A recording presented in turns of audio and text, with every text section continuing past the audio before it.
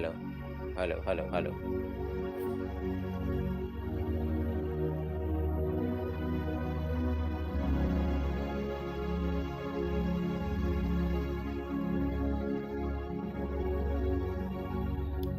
hello,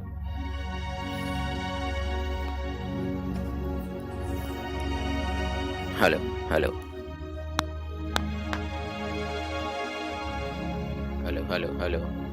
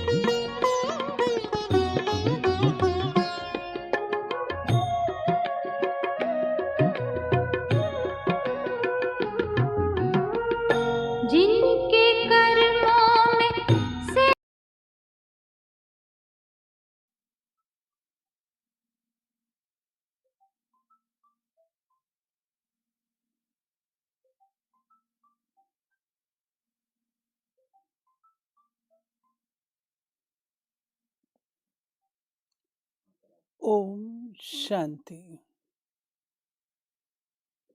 आज बाप दादा हम बच्चों को फरिश्ता बनने की एक सहज विधि सिखला रहे हैं। वो सहज विधि है, बाबा कहते खूब यज्ञ की हड्डी हड्डी सेवा करो। जितनी सेवा करेंगे ये हड्डियां यज्ञ में स्वाहा करेंगे। अब हड्डी स्वाहा करना किसे कहा जाता है? ये कोई स्थूल हड्डियों की बात नहीं है, परंतु हड्डियां उन कड़े संस्कारों की प्रतीक हैं जिनको जीतने में हम बच्चे योग, सेवा, धारणा कर रहे हैं, पढ़ाई पढ़ रहे हैं। अब हड्डी हड्डी स्वाहा करना अर्थात अपने एक एक संस्कार को समाप्त करके फरिश्ता स्वरूप बनना। ये मीठे बाबा ने सहज विधि बताई। सेवा के क्षेत्र में आत्मा को बहुत निर्माण बनना पड़ता है। सेवा में झुकना पड़ता है।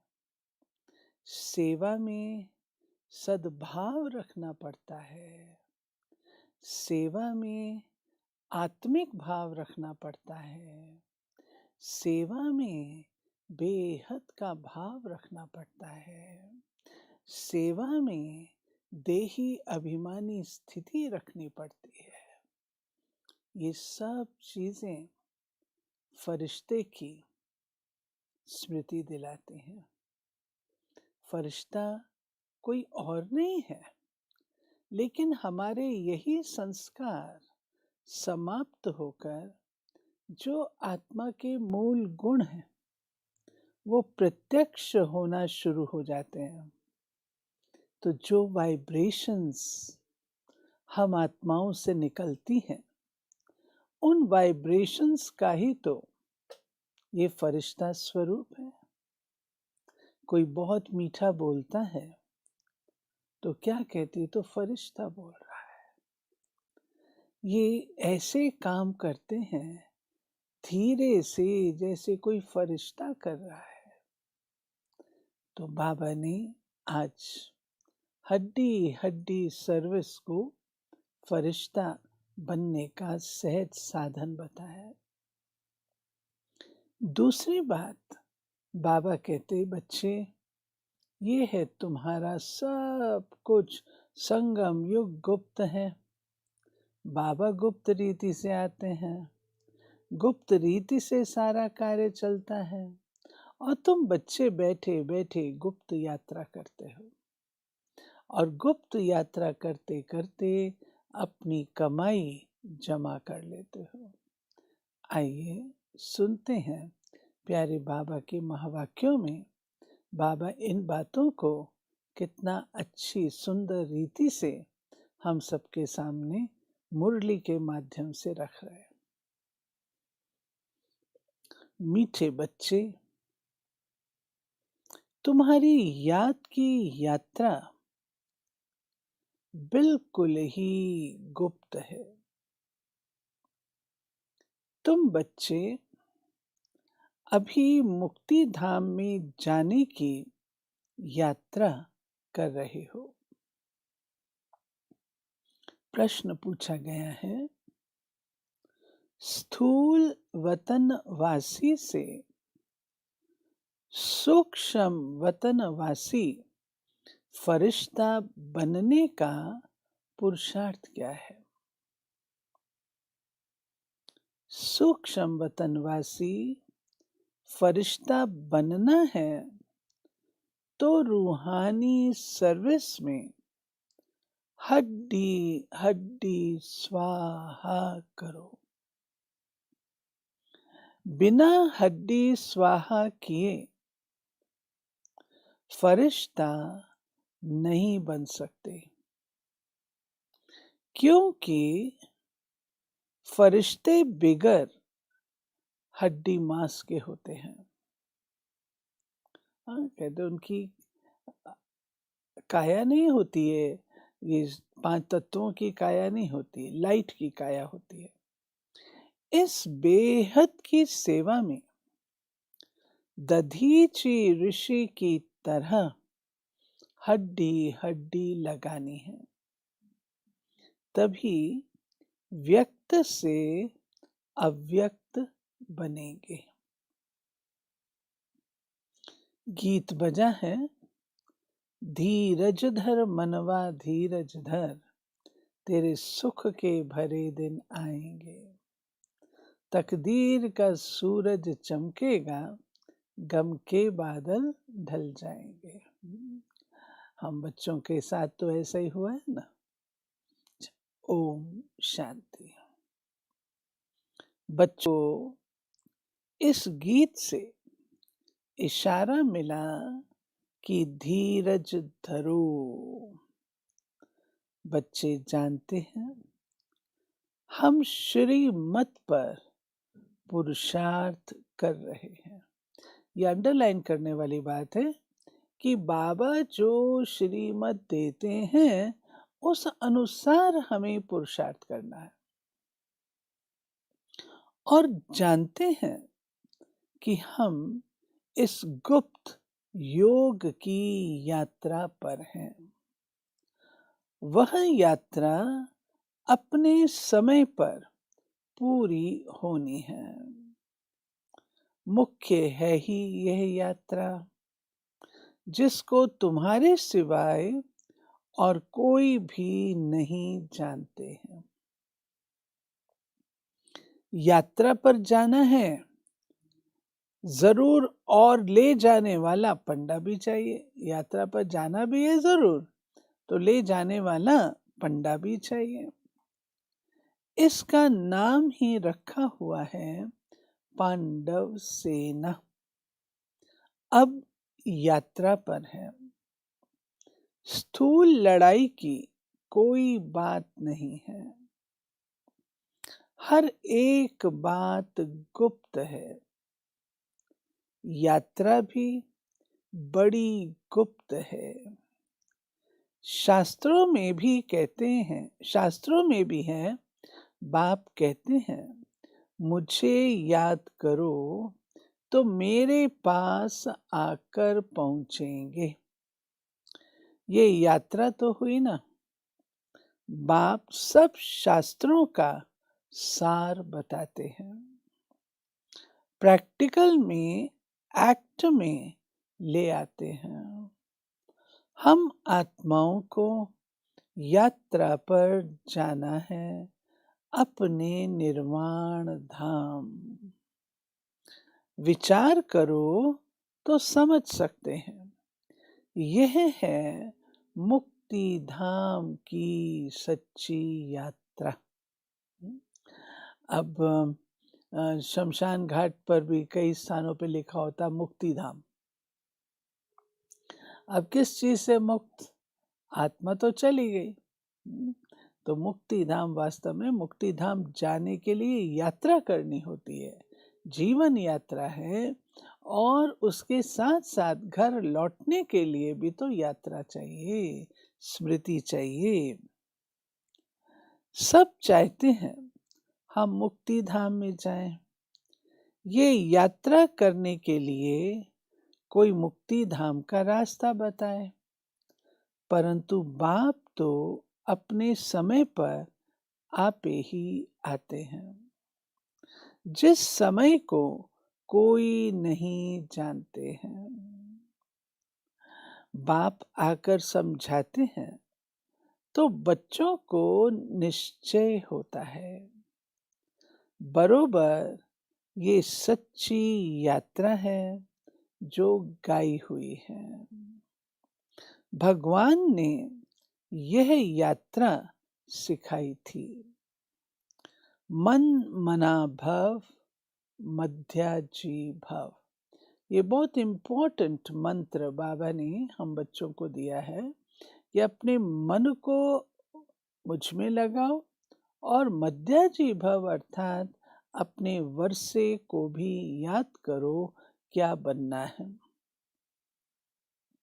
ये अक्षर भी तुम्हारे काम के बहुत हैं। सिर्फ किसने कहा यह भूल कर दी है।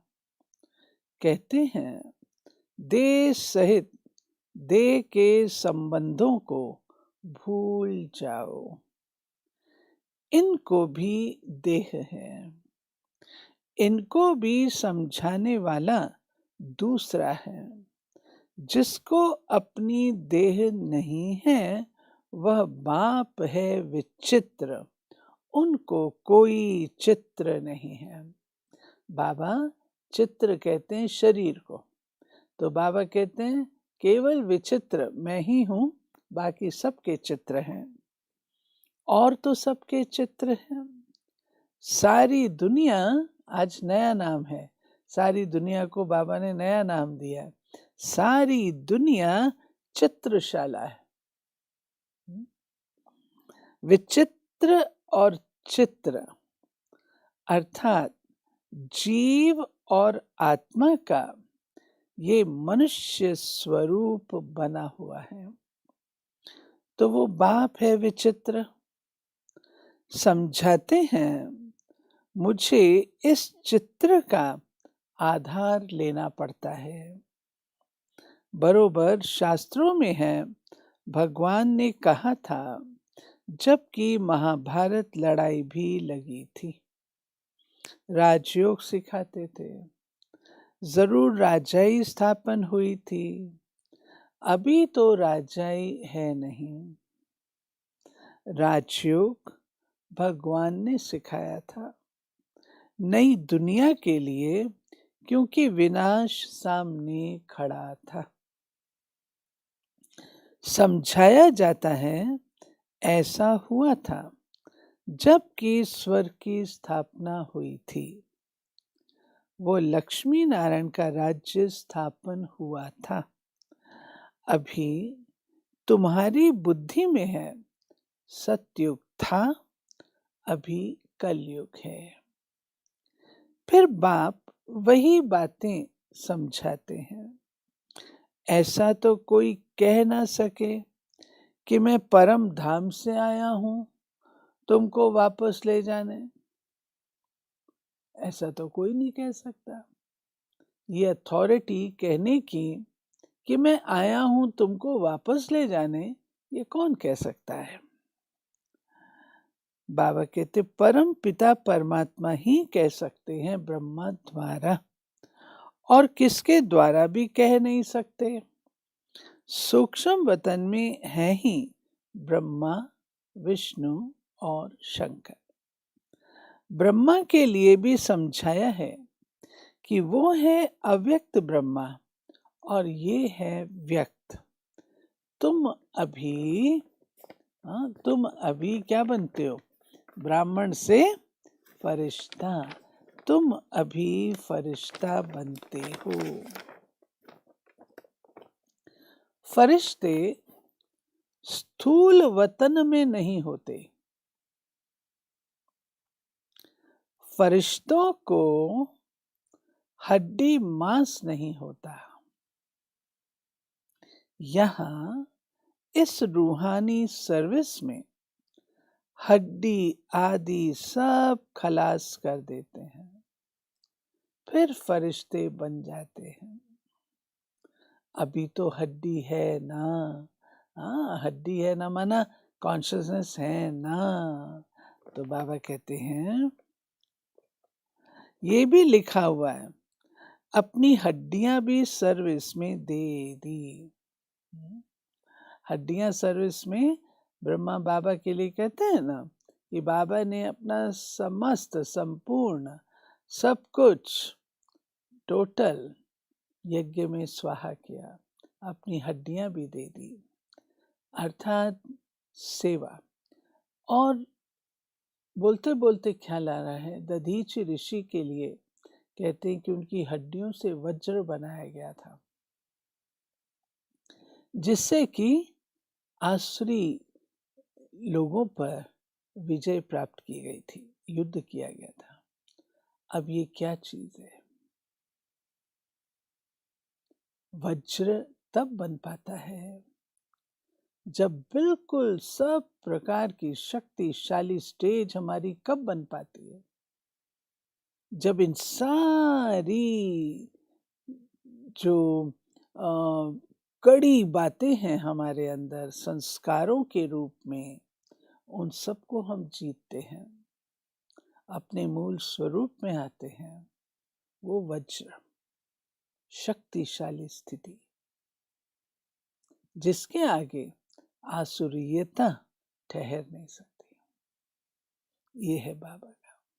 बाबा कहते हैं, गोया अपनी हड्डियां खलास करते हैं, स्थूल वतन से सूक्ष्म वतन वासी बनना है।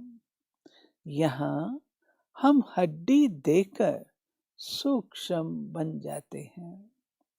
इस सर्विस में सब स्वाहा करना है। याद में रहते रहते हम फरिश्ते बन जाएंगे। ये भी गाया हुआ है, मिर्वा मौत मलूक का शिकार। मलूक फरिश्ते को कहा जाता है, यानी वहां तो उसकी मौत हो रही है, परंतु शिकारी के लिए तो एक चीज है ना। तो बाबा कहते हैं, तुम मनुष्य से फरिश्ते बनते हो, तुमको देवता नहीं कह सकते। यहां तो तुमको शरीर है ना। सूक्ष्म वतन का वर्णन अभी होता है। योग में रह फिर फरिश्ते बन जाते हैं, पिछाड़ी में तुम फरिश्ते बन जाएंगे। तुमको सब साक्षात्कार होगा और खुशी होगी। मनुष्य तो सब काल का शिकार हो जाएंगे। मनुष्य तो सब काल का शिकार हो जाएंगे। तुम्हारे में जो महावीर हैं वह तो अडोल रहेंगे। बाकी क्या क्या होता रहेगा? विनाश की सीन तो होनी ही है ना।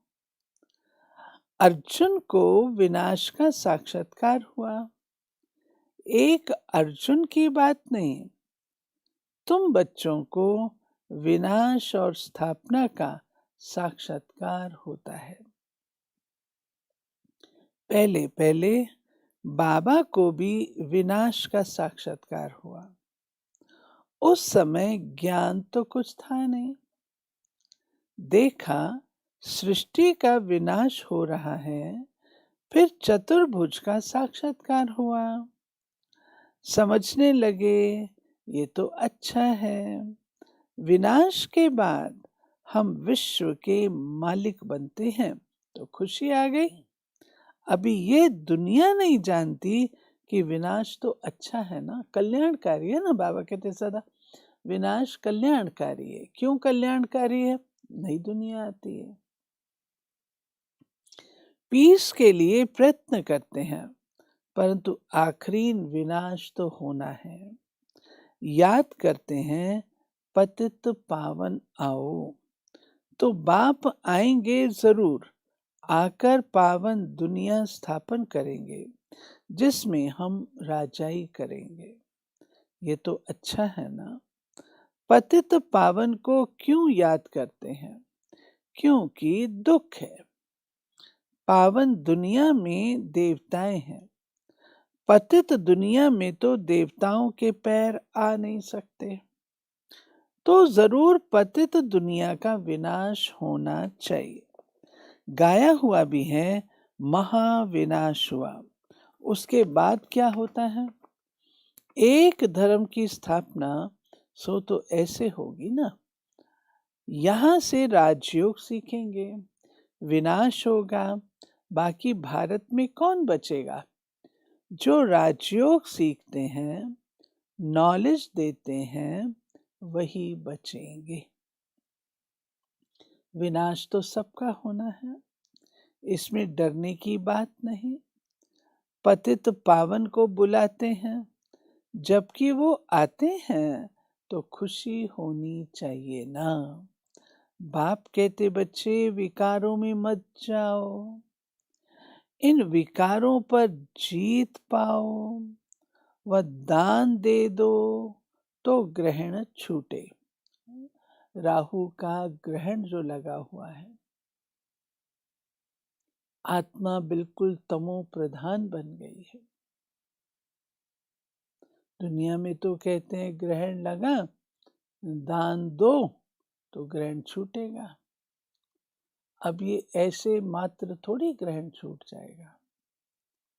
ग्रहण लगता है तो आप देखिए कैसे लगता है, आत्मा के ऊपर उसका असर होता है ना, कुछ ना कुछ असर होता है ना। कहते इसके ऊपर एक ग्रहण लगा हुआ है, तो वो जो सूक्ष्म असर है, सूक्ष्म असर कैसे जाएगा? सूक्ष्म विधि से जाएगा ना। सिर्फ दान देने से थोड़े चला जाएगा। अगर ऐसे चला जाए फिर तो किसी के ऊपर कोई भी प्रकार का ग्रहण ना हो, कोई भी प्रकार की तकलीफ किसी को नहीं होनी चाहिए। लेकिन बाबा कहते हैं ये वो दान नहीं है, ये दान है अपनी कमजोरियों का, कड़े संस्कारों का। जब वह दान देंगे तब ही ग्रहण छूट सकेगा। बाबा कहते हैं भारत का ग्रहण छूटता जरूर है, काले से गोरा बनना है।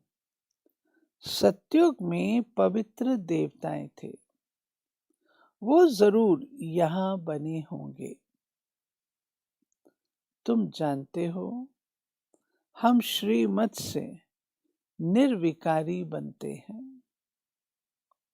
भगवानोवाच ये है गुप्त, श्रीमत पर चलकर तुम बादशाही पाते हो। बाप कहते हैं तुमको नर से नारायण बनना है, सेकंड में राजाई मिल सकती है। शुरू में बच्चियां 4-5 दिन भी वैकुंठ में जाकर रहती थी। वैकुंठ में कैसे चले जाएंगे, कोई वैकुंठ था थोड़ी। परंतु बाबा उन संस्कारों को इमर्ज कर देते थे। वो संस्कार जो आत्मा में है उनको इमर्ज कर दे, और जो पुराने संस्कार थे उनको मर्ज कर देते थे। ये भी खेल देखा है। बाबा कहता अंत में भी तुम देखेंगे। शिव बाबा आकर बच्चों को वैकुंठ का भी साक्षात्कार कराते थे।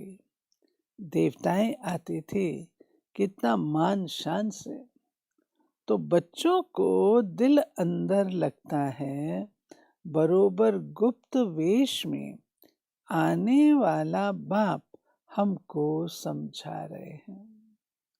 ब्रह्मा तन में आते हैं, ब्रह्मा का तन तो यहाँ चाहिए ना। प्रजापिता ब्रह्मा द्वारा स्थापना बाबा ने समझाया है। कोई भी आते हैं तो उनसे पूछो किसके पास आते हो, तो गए बीके के पास। अच्छा, ब्रह्मा का नाम कभी सुना है? प्रजापिता तो है ना, हम सब उनके आकर बने हैं, जरूर आगे भी बने थे। ब्रह्मा द्वारा स्थापना तो साथ में ब्राह्मण भी चाहिए। बाप ब्रह्मा द्वारा किसको समझाते हैं? शूद्रों को तो नहीं समझाएंगे। ये है ब्रह्मा मुख वंशावली ब्राह्मण। शिव बाबा ने ब्रह्मा द्वारा हमको अपना बनाया है। ब्रह्मा कुमार कुमारियां कितने ढेर हैं, कितने सेंटर्स हैं, सब में ब्रह्मा कुमारियां पढ़ाती हैं। यहाँ हमको दादे का वर्षा मिलता है। भगवान वाच तुमको राजयोग सिखाता हूं। वो निराकार होने कारण उनके शरीर का आधार लेकर हमको नॉलेज सुनाते हैं। प्रजापिता के तो सब बच्चे होंगे ना। हम हैं प्रजा पिता ब्रह्मा कुमार कुमारियां। शिव बाबा है दादा, उन्होंने अडॉप्ट किया है। तुम जानते हो हम दादे से पढ़ रहे हैं ब्रह्मा द्वारा। ये लक्ष्मी नारायण दोनों स्वर्ग के मालिक है ना। भगवान तो एक ऊंच ते ऊंच निराकार ही है। बच्चों को धारणा बड़ी अच्छी होनी चाहिए। पहले पहले समझाओ, दो बाप हैं भक्ति मार्ग में। स्वर्ग में है एक बाप। पारलौकिक बाप द्वारा बादशाही मिल गई, फिर याद क्यों करेंगे। दुख है ही नहीं जो याद करना पड़े। गाते हैं दुख हरता सुख करता, वो अभी की बात है। जो पास्ट हो जाता है उसका गायन होता है।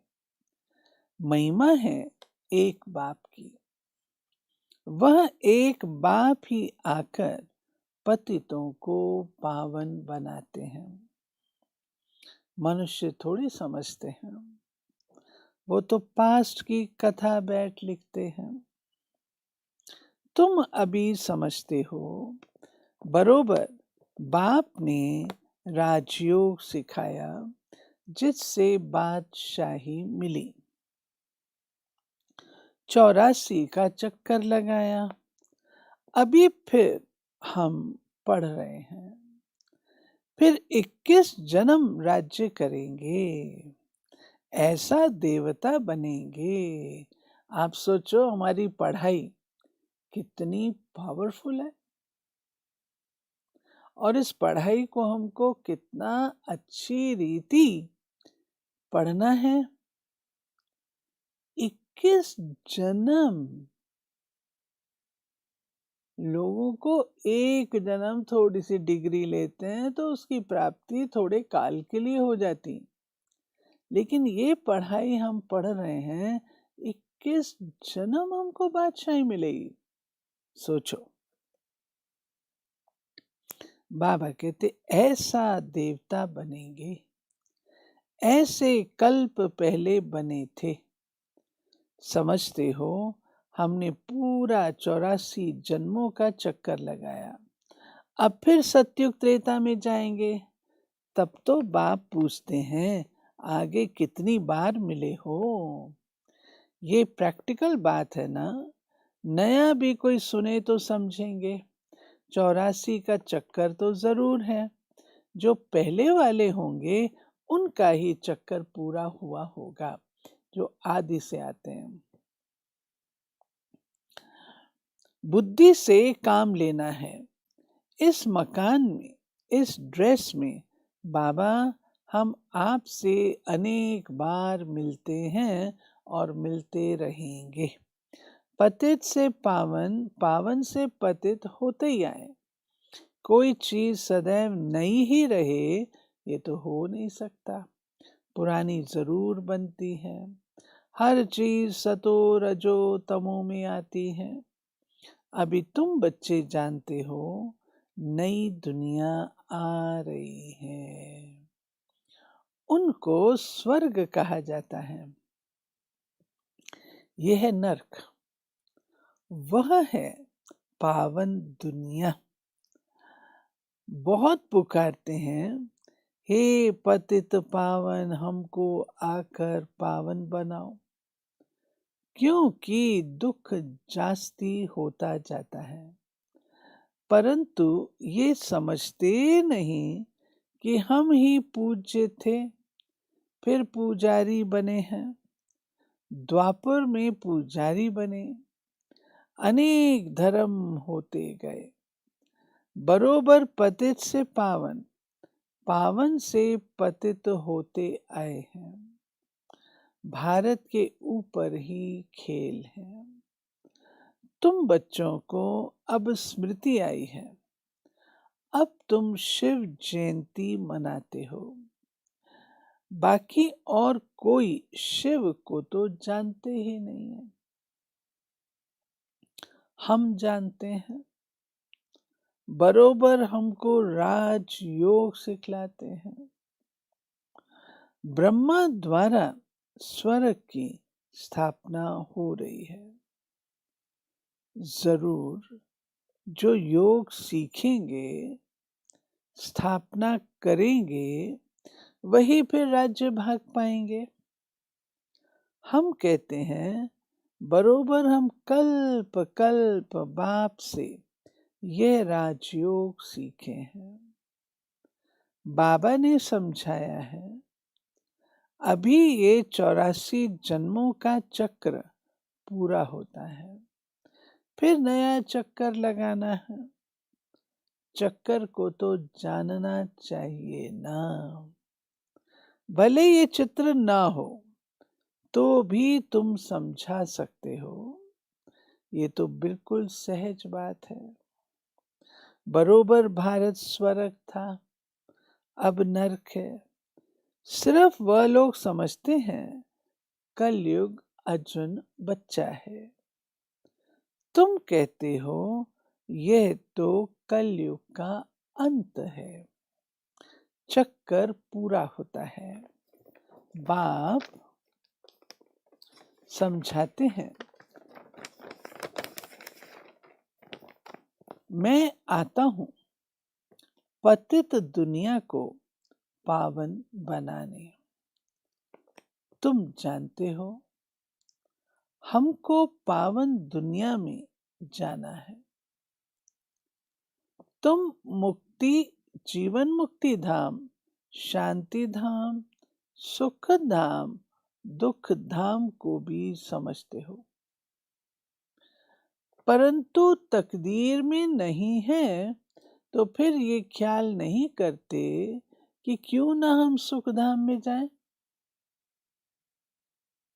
बरोबर हम आत्माओं का घर वो शांति धाम है। वहां आत्मा को ऑर्गन्स न होने कारण कुछ बोलती नहीं है। वहां तो जैसे सीड बॉटल में रखा हो, ऐसे ही आत्मा वहां पर होती है। शांति वहां सबको मिलती है। सतयुग में है एक धर्म, ये अनादि अविनाशी वर्ल्ड ड्रामा है, जो चक्कर लगाता ही रहता है। आत्मा कभी विनाश नहीं होती। शांति धाम में भी थोड़ा समय ठहरना ही पड़े। ये बहुत समझ की बातें हैं। कलयुग है दुख धाम। कितने अनेक धर्म हैं, कितना हंगामा है। जब बिल्कुल दुख धाम होता है, तब ही बाप आते हैं। दुख धाम के बाद है फुल सुख धाम। शांति धाम से हम आते हैं सुख धाम में, फिर दुख धाम बनता है। सतयुग में संपूर्ण निर्विकारी, यहाँ है संपूर्ण विकारी। ये समझाना तो बहुत सहज है ना। हिम्मत चाहिए, कहाँ भी जाकर समझाओ। ये भी लिखा हुआ है, हनुमान सत्संग में पीछे जुतियों में जाकर बैठता था।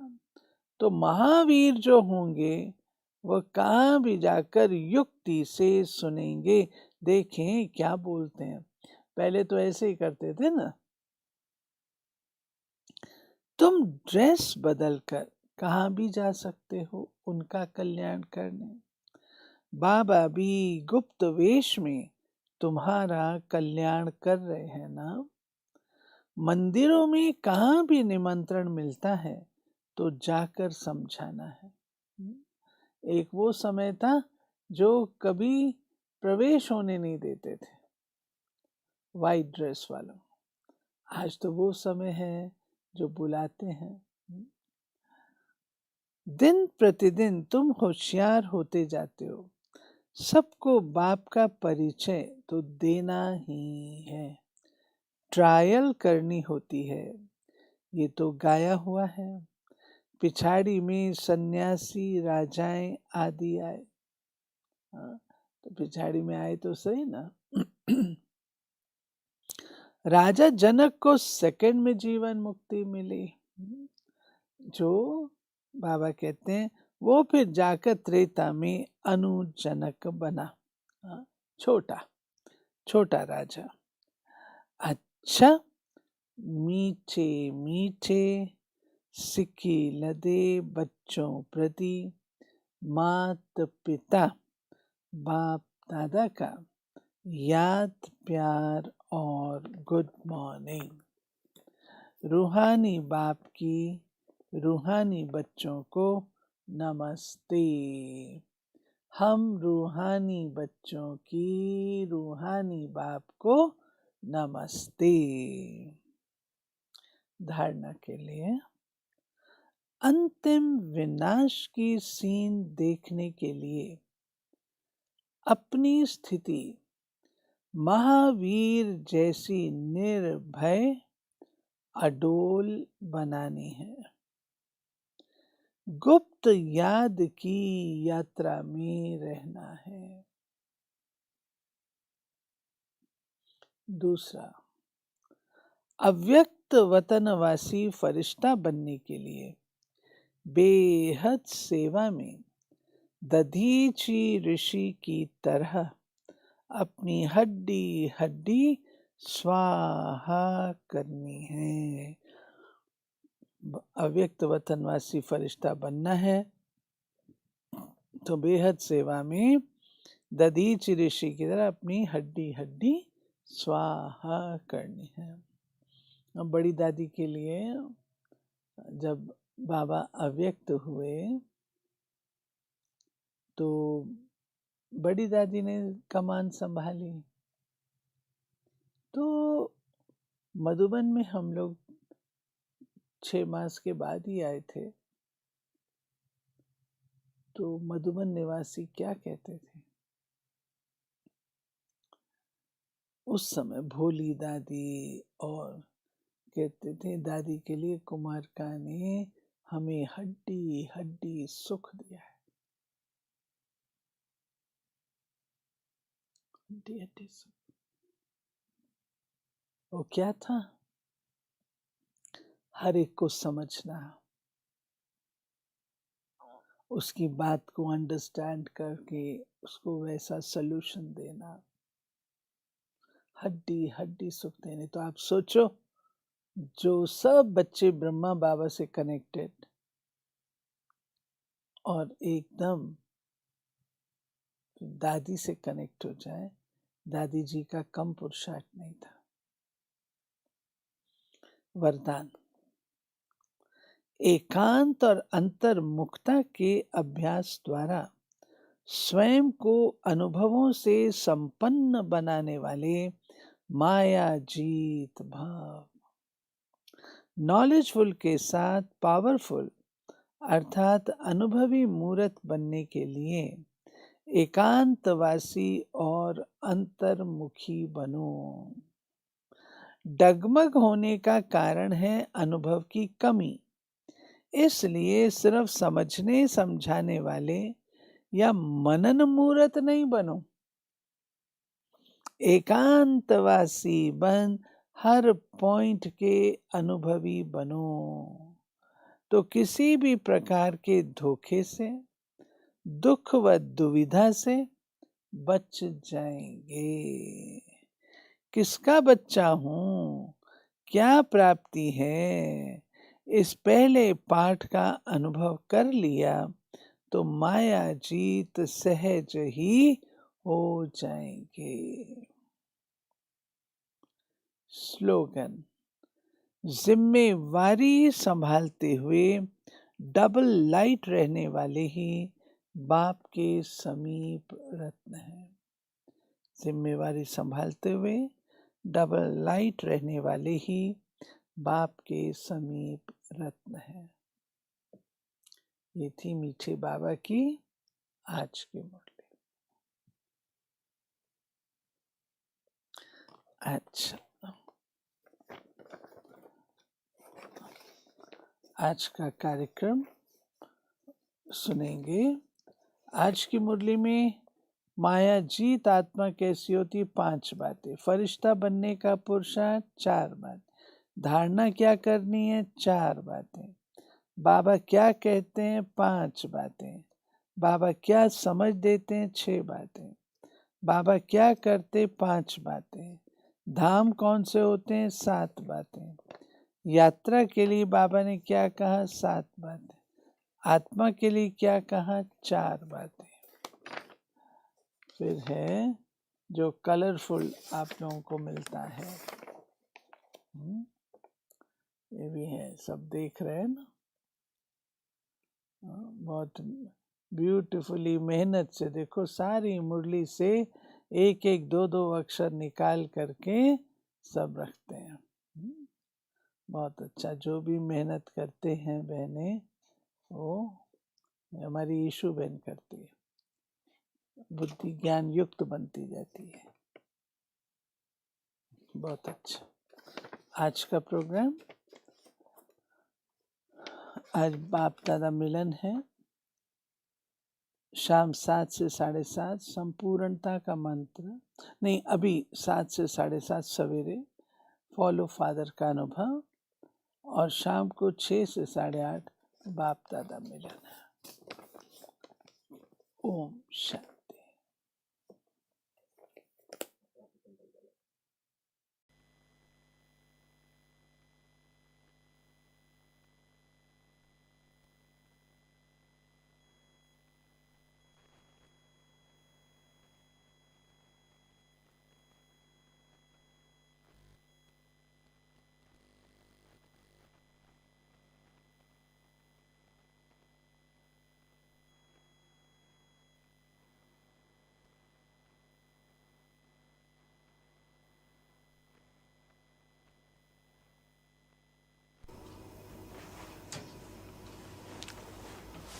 Om Shanti to everyone. It's a great honor and pleasure to be with all of you, and especially to be sharing something for the month of January. Such a special month for all of Baba's children. The month when we really do tapasya to celebrate Brahma Baba's life. And of course, yes, every month is a month of tapasya, but somehow in January, because of Baba's day on the 18th of January, we especially pay that deep attention at the start of the year.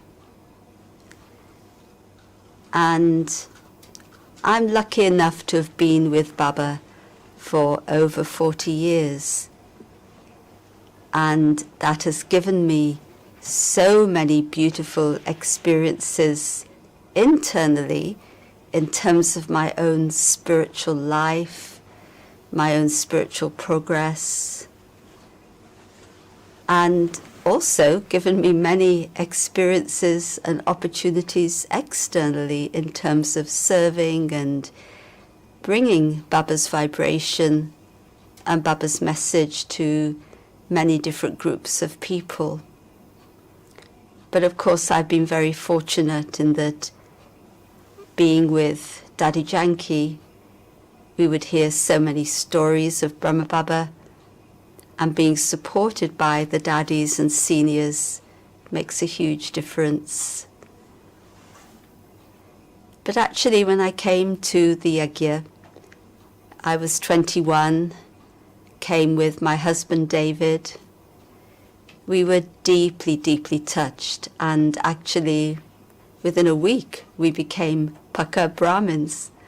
We didn't want any other life, that was it. And so it was a very powerful experience. And after meeting Baba's children, taking the course and so on, it was just, I think, 3 to 4 months later that we found ourselves on a plane to India to go to Madhuban. And I think in those first few months, my focus was more on Shiv Baba. But I can never forget, as none of us can forget, that first moment when you step foot in Pandav Bhavan. I remember arriving and Daddy and Didi were there to welcome us because we were the first big group of double foreigners, and that meant, I think, all of 15 of us. And I stepped foot in Madhuban, and instantly, I felt Brahma Baba's presence. And my relationship with Brahma Baba was, I can't say it developed from there, it instantly came to me. And of course, just went deeper and deeper and closer over the years, but I absolutely knew Baba, and I knew that Baba knew me. And I had the feeling that I'm coming into the Yagya, and I'm coming into a great family with such a great heritage. Baba, Mama, the daddies, then the seniors who were looking after us. And then here we were, little ones, and now I've seen many generations after me.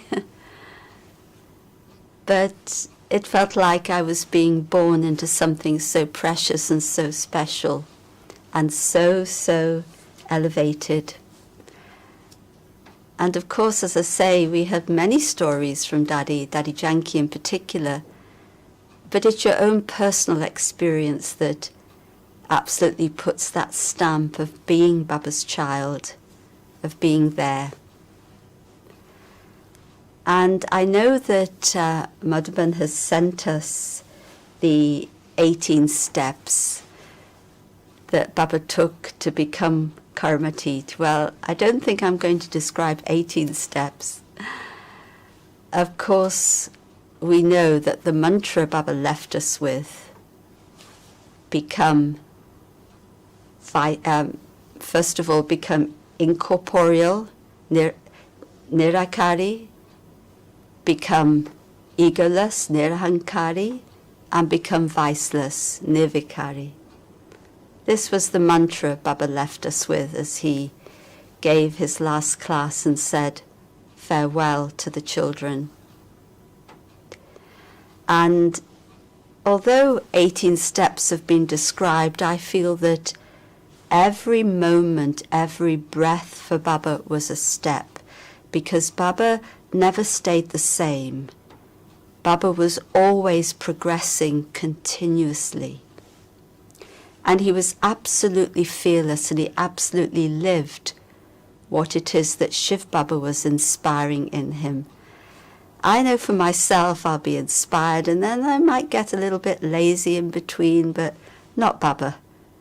Baba every moment paid that attention through his whole life since Shiv Baba came to him.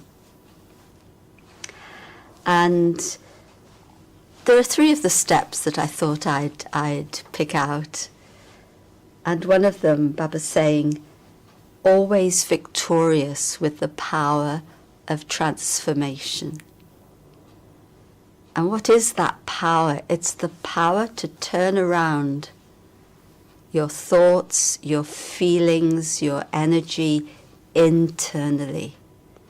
I always say this, if my thoughts are going in a particular direction, and a direction that's pulling me in the wrong direction, and then I can stop and change my thoughts and take them into an elevated direction, that's the power of transformation. And Baba always kept his thoughts elevated, always kept his thoughts on that level. And in this power, of course, it's changing negativity into positivity for benefit for the self, but benefit for others. Baba never did anything just for himself. In fact, Daddy used to describe, Daddy Janki, that Baba did 4 levels of service at once: service for the self, service for those in front of him, service for the world at that moment, service for the future. Baba was never limited. And I really love it so much when you get those hints in the Sakar Murlis where Baba talks about this mission will go abroad and there'll be Baba's children. And it's such a feeling that, from the very start, Baba had that vision, and Baba was invoking all of us who came to Baba from outside of India, although, of course, we are the original ones of Bharat too. And Baba had that greatness. There was a recent Aviyat Murli in which Baba spoke about truth, love, humility, greatness. And this was in Baba's life. And he turned, as we know from the stories, the defamation into praise, the negativity into positivity. He had that art always. And I remember one particular story that's always inspired me, and some of you will know it. It's the story when his elder brother, in the very early days of the Yagya, Baba's elder brother came to see him. And of course there'd been so much upheaval in the community. And I heard this story from Dadi Gulzar because she was a little girl at the time. And Baba's in his room, sitting on the floor, and his brother comes and sits in front of him and begins shouting at him, berating him. What are you doing to our family? What are you doing to our honor? You can imagine all the things he must have said. And this went on for 45 minutes. And Baba just sat there in silence. Now remember, this was very early days, late 30s, I suppose. Baba just sat there in silence. And there were a few little girls watching through the blinds, watching all of this. Eventually, of course, his brother calmed down, and then he left. And Baba got up and came out of his room. And the little girls ran up to him. Baba, Baba, he went on and on. Why didn't you say anything? Why did you not defend yourself? You just stayed silent. And Baba's answer, Baba said to them, when somebody feels sick, they have to vomit it out. So he did what he had to do, and Baba did what Baba had to do. There's so much dignity in that story. Baba did not engage with the negativity of his brother, even though he was a very close relation. Baba didn't engage. Baba stayed in his own dignity, and he knew very clearly what it is that he needed to do. And this is how Baba lived his life, totally fearless. And we all know many stories related to that. And another story, or another point that I wish to take up, Baba talking about, or one of the steps is being a true server with the speciality of being an instrument and having humility. And Baba was Baba, but no ego. How do you find a person without ego who's playing such a great role? And we know from the Sakar Murlis how Baba would say, it's not me, it's Shiv Baba, don't think about me, don't get attached to me, I don't give you any inheritance, I fail in remembrance. Baba with humility. In fact, the Murlis are actually Baba's conversation with us, and so much of Brahma Baba's story of his efforts to inspire us. And I remember, of course, there's been beautiful moments with Avyat Baba, and you know, when they would say to us when we go early days and we would complain, oh, we didn't meet Sakar Baba. And now, of course, there are many who haven't met so many of the daddies. But then Baba would point out to us, well, who are you meeting right now? Did Shiv Baba come on his own? You're in front of Bap Dada, Shiv Baba, Brahma Baba. And there was such a sweet scene when I arrived a little early in Madhuban. It was January 1977. And there were just a few of us double foreigners there. And so Didi and Daddy arranged for us to have a meeting in Baba's room with Bap Dada, imagine. And the room was half the size it is now, where that little wall comes out. There was a wall there. It got extended a few years later. And so we were a very small group, a handful.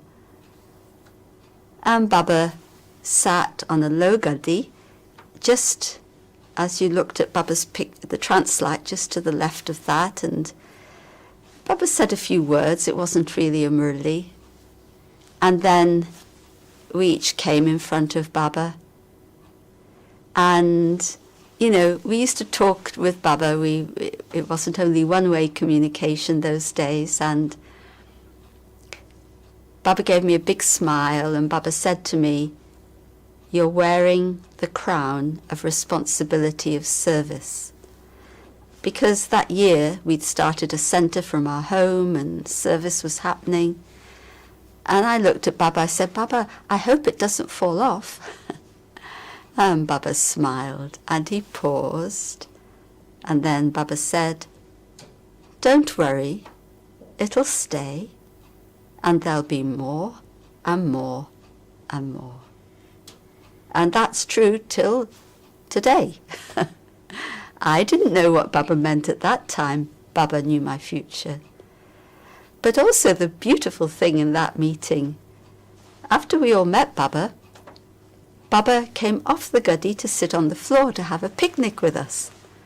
And Didi was saying, oh, look, Baba. And she said to us, you double foreigners have come here to teach Baba movement. And so Baba sat on the floor and Baba had a picnic with us. Well, you would think, God Almighty sitting on the floor?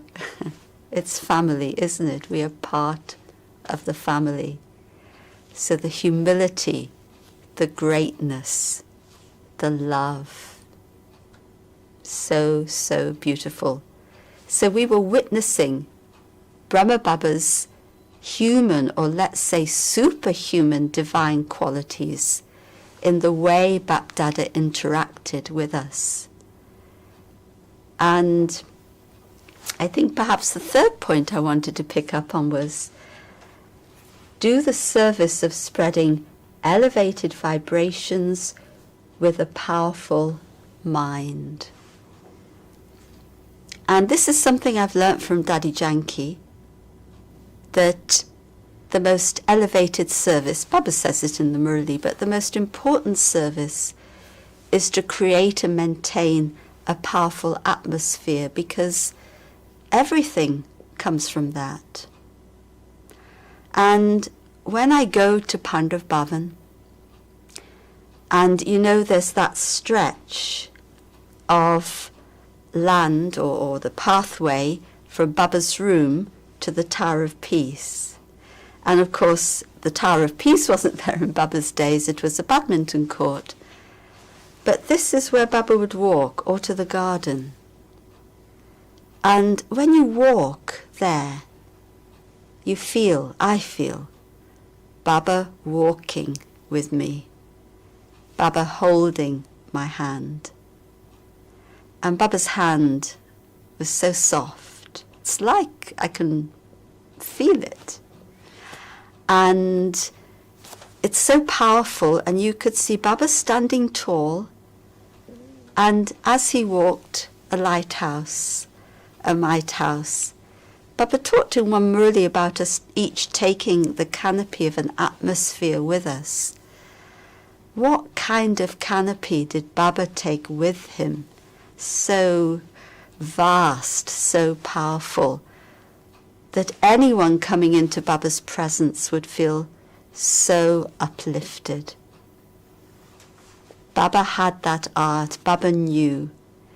And when you see Bab Dada in Madhuban, and it was interesting that just last night we have a webcast every evening, and it was a webcast of Drishti, and the first half hour was Bab Dada's Drishti. And it's coming through a camera, through a screen. But I just couldn't move. The atmosphere was so, so powerful. Imagine being in the presence of Sakar Baba. And we know through the Murlis, I know through those meetings, how personally Baba knows me and how involved he is in my progress. And you may say, well, it's okay, you had the meetings, so you know. It's not that. I feel it now in the subtle form. Of course, the meetings were subtle, but it doesn't matter. We had the meetings, we didn't have the meetings. Baba is very personally involved in each one's progress and each one's welfare. And I really feel that especially Brahma Baba, the angel in the Avyat form, is really, really working hard for the children now. I feel it very, very strongly.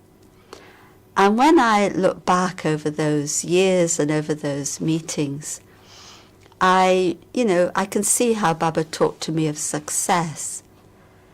Baba talked to me of my mistakes and made me feel okay. Baba told me not to worry. I would love to worry. I can still worry. But Baba taught me not to worry. Baba said, I'm there. Baba will never let you down. Baba would always make me feel that I was the only person in the world. Baba's doing that for each and every one of us. Never think that Baba is somehow aloof and far from you. Baba is very personally the father of humanity and the father of each one of his BK children. And there's just one more thing actually that I remember in terms of Baba's humility. The whole story of how it was revealed that Shiv Baba was coming, that there were two separate entities. It wasn't just Brahma Baba, but Shiv Baba was coming. And there's the whole story of how then Piyu, the beloved, would come in that sister, and they realized there was Almighty Baba and the beloved, and God was there. But it was Brahma Baba's humility, because he questioned inside himself, there's another power working. What is it? Who is it? There's something else. Because of his humility, we were able to then know Shiv Baba. Brahma Baba, really, without a doubt. In fact, it sounds ridiculous even to say it, but I'll say it. Without a doubt, the perfect instrument for Shiv Baba. And we're so fortunate to have that closeness. As close as we want to be, we can be.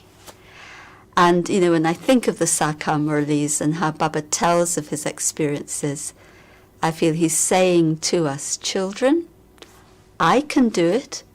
Come on, you can do it too. That's our Baba. Thank you. Om Shanti.